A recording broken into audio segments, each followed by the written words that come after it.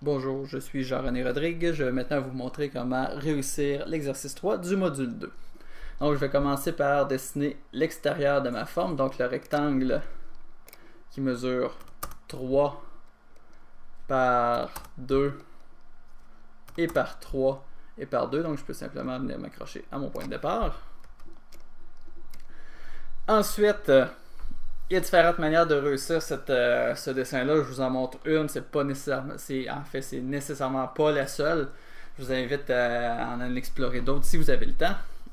Je vais commencer par venir centrer mon premier cercle qui est en haut à gauche.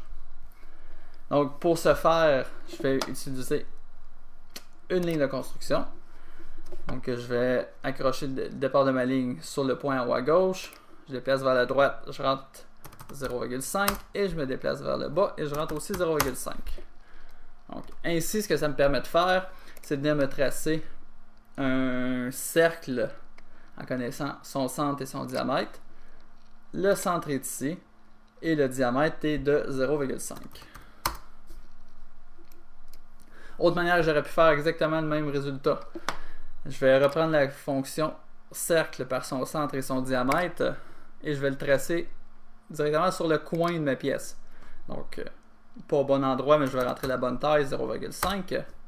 Et ensuite, je vais prendre l'outil déplacer. Je vais prendre l'outil déplacer. Je sélectionne mon objet. Point de départ, je déplace vers la gauche, je rentre 0,5.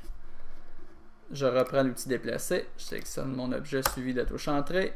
Je sélectionne ici comme point de départ. Je me déplace vers le bas et j'entre 0,5. D'une manière ou l'autre, on arrive exactement au même résultat. Par contre, dans le premier cas, il ne faut pas oublier d'effacer nos lignes de construction. Pour rapidement terminer la rainure du haut, je vais utiliser la fonction ligne. Et je vais rejoindre le cadran de mon cercle de gauche avec le cadran de mon cercle de droite.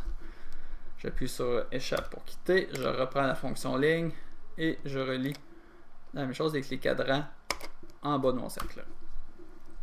Je vais enchaîner avec la fonction ajuster